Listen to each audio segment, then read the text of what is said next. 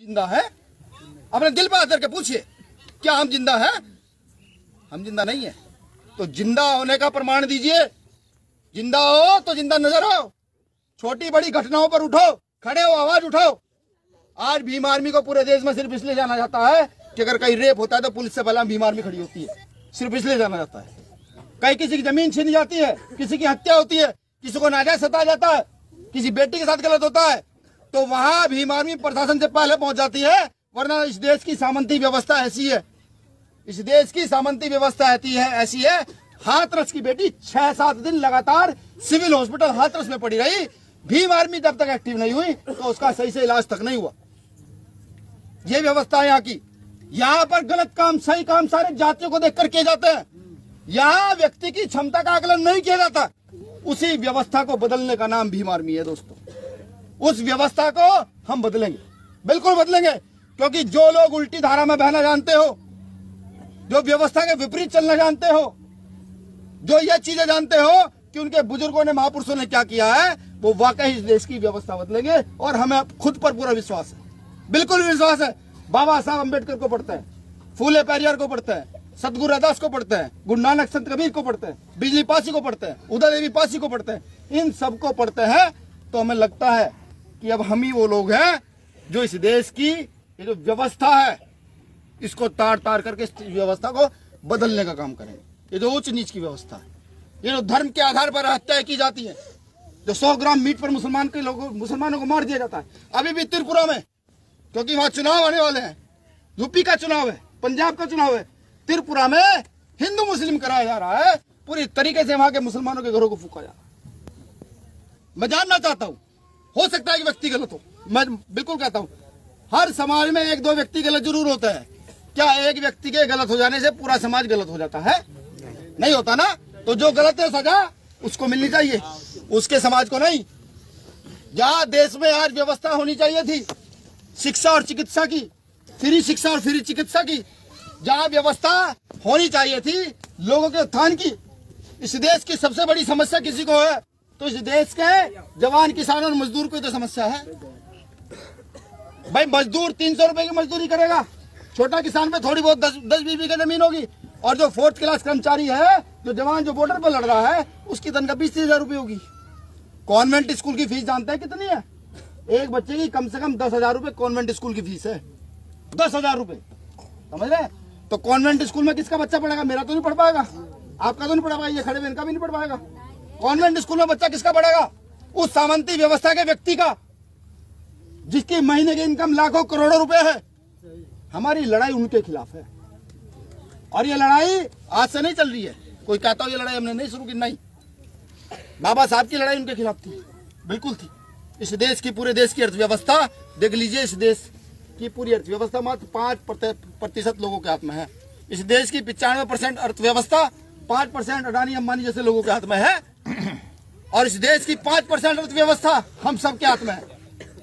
ये मजदूर, किसान, 4th क्लास कर्मचारी, ये फलाने टिकड़े सब लोग जितने हैं, जो झोपड़े पड़े लोग हैं, इस देश की 5% हिस्सा हमारे हिस्से आता है, और इस देश का 95 रुपए पूंजीपति सामंतियों के हिस्से में जाता है। क्यों? सवाल ये, सवाल नहीं पूछोगे? गूंगे बहरे बने रहोगे? कब तक बने रहो गूंगे बहरे? बिल्कुल। आपके हाथ में फोन है, आपके घरों में किताबें हैं, नॉलेज है, जाइए पता कीजिए, गूगल नेट पर सर्च मारिए कि कहाँ से कितनी घन संपदा कितनी है। यहाँ इतने सारे लोग हैं, सरकारी कर्मचारी भी है। मैं सोच रहा था एक आधे IAS भी यहाँ होते तो आज उनसे भी सवाल करता। मैं पूछना चाहता हूँ सब लोगों से, किसी के भाई के पास पेट्रोलियम का कोई ठेका है? मैग्नीशियम का हो, हीरे की खदान में कोई हिस्सेदारी हो, कोयले खदान में हिस्सेदारी हो, लोहे की खदान में कोई हिस्सेदारी हो? क्यों? कारण बताओ मुझे,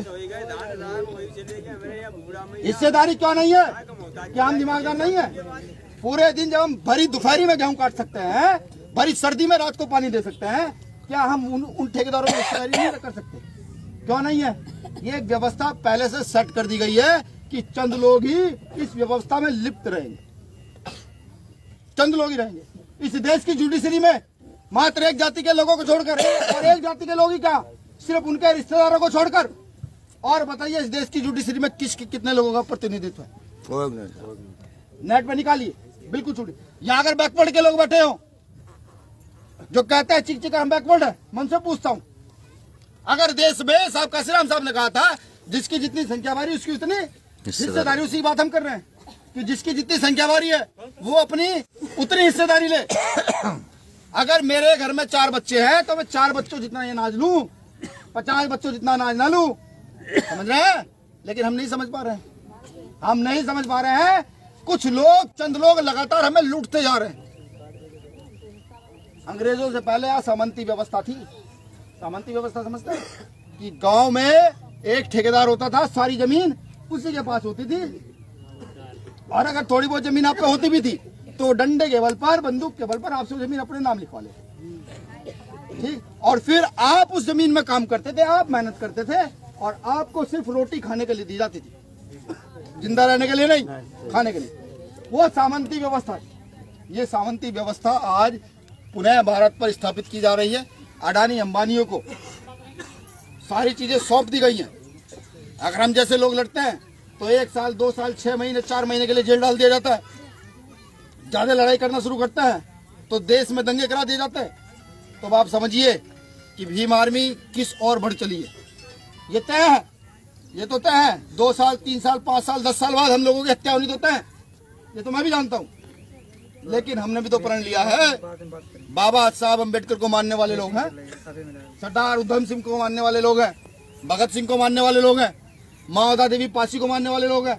अपने जैसे इतने लोग भारत में खड़े कर जाएंगे कि इस देश की व्यवस्था जिन लोगों के पास होनी चाहिए थी, जो यहाँ का गरीब मजदूर वर्ग है, जो यहाँ का किसान वर्ग है, उसके पास ये व्यवस्था होनी चाहिए थी, तो उनके लिए लड़ने के लिए इतने सारे लोग खड़े कर जाएंगे कि सरकार किसी की भी हो, किसी भी सरकार हो, उनके दिमाग खराब रहेंगे। ये भीम आर्मी के लोग कहां से पैदा हुए हैं? अभी आपका संगठन 24 राज्यों में मजबूत है। भारत के 24 राज्यों के अंदर भीम आर्मी के नाम का डंका है। कहीं किसी के साथ कुछ गलत होता है तो 10 मिनट में मेरे पास सूचना पहुंच जाती है, भैया ये बात हो गई है। अगर मामला बड़ा होता है तो 11 मिनट में चंद्रशेखर भाई के पास सूचना पहुंच जाती है। वीडियो कॉल से, फोन के माध्यम से बात हो जाती है 10 मिनट के अंदर पूरे भारत में। कहीं किसी भारत के किसी कोने में चले जाओ, अगर ये आपके गले में है, आपके पास पैसे नहीं, रोटी नहीं, खाना नहीं, पीना नहीं, कुछ नहीं है, आपकी कोई भाषा नहीं जानता, तो पूछ लेना मारा करके, भाई जय भीम वाले हैं, बाबा साहब अम्बेडकर के लोग हैं, भीम आर्मी के कार्यकर्ता हैं, आपको रोटी, खाना, सोना, पहना सब कुछ फ्री ना हो जाए। मैं भी जाऊंगा, अगर ऐसा मैं ना कर पाऊं तो जूता आपका और सर मारा होगा। बस इतना मैं कहूँ। ये व्यवस्था पूरे देश में खड़ी कर दी है। और ये व्यवस्था किन की है? ये पैसे वाले पूंजीपति की व्यवस्था नहीं है। मैं भी तो अच्छे कपड़े पहन कर खड़ा हुआ आज बाबा साहब अम्बेडकर के दिन से। ये आप जैसे लोगों ने मुझे दिलवा रखा है। मेरी हैसियत नहीं है कपड़े खरीदने की, बिल्कुल भी नहीं है। मेरे पिताजी ने मुझे घर बना के दे दिया। मुझे पता है मैं अपने सारी जीवन में अपना घर नहीं बना पाऊंगा, खुद का घर नहीं बना पाऊंगा। लेकिन बाबा साहब अम्बेडकर को पढ़ के ये पता लग गया कि अगर मैं अकेला घर नहीं बना पाऊंगा, इतने सारे लोग जरूर तैयार कर जाऊंगा जो पता नहीं हजारों लाखों लोगों के घर बनवा सकते हैं। मुझे पता है इस चीज, उस चीज की तैयारी में लगा हुआ हूँ। पूरे भारत में संगठन को खड़ा कर दिया है। अभी विदेशों में जैसे नेपाल है, जैसे आपका कनाडा है, जहाँ भारतवासी रहते हैं, जो भारत के लोग विदेशों में स्थापित हैं, उनका भी ये कहना है भैया हम भी अपने देशों में भीम आर्मी को स्थापित करना चाहते, बिल्कुल करना चाहते। लेकिन क्योंकि सबसे पहले मुझे भारत की व्यवस्था बदलनी है। मैं भारत का मूल निवासी हूँ, भारत सही मायने में मेरा है, ये भारतीय इतिहास कहता है। इस देश की व्यवस्था बदलनी है। इस देश की व्यवस्था बदलने में आप सभी के साथ और सहयोग की जरूरत है। जब लगातार लड़ रहे थे, जेल भेज दिए गए, यूपी में मुकदमे लगे, फिर मध्य प्रदेश में लगे, महाराष्ट्र में लगे, हमने अपने नेताओं के सामने खूब हाथ जोड़े कि हम बच्चे हैं, स्टूडेंट हैं, पढ़ाई कर रहे हैं, हमारा रक्षण करें। ये जो सरकार हम पर धड़ाधड़ मुकदमे थोपती जा रही है, इससे हमें बचाएं। किसी ने कोई ध्यान नहीं दिया। सन 2018 में भीमा कोरेगांव हुआ, भीम आर्मी के 10,000 लोगों पर महाराष्ट्र में 2 अप्रैल में 30-40 हजार मुकदमे यूपी में कर दिए गए, मध्य प्रदेश में कर दिए गए, राजस्थान में कर दिए गए, बिहार में कर दिए गए। तो एक चीज समझ आई, सिर्फ एक चीज समझ आई कि सड़क पर खड़े होकर तो चीख खूब मार चुके हैं।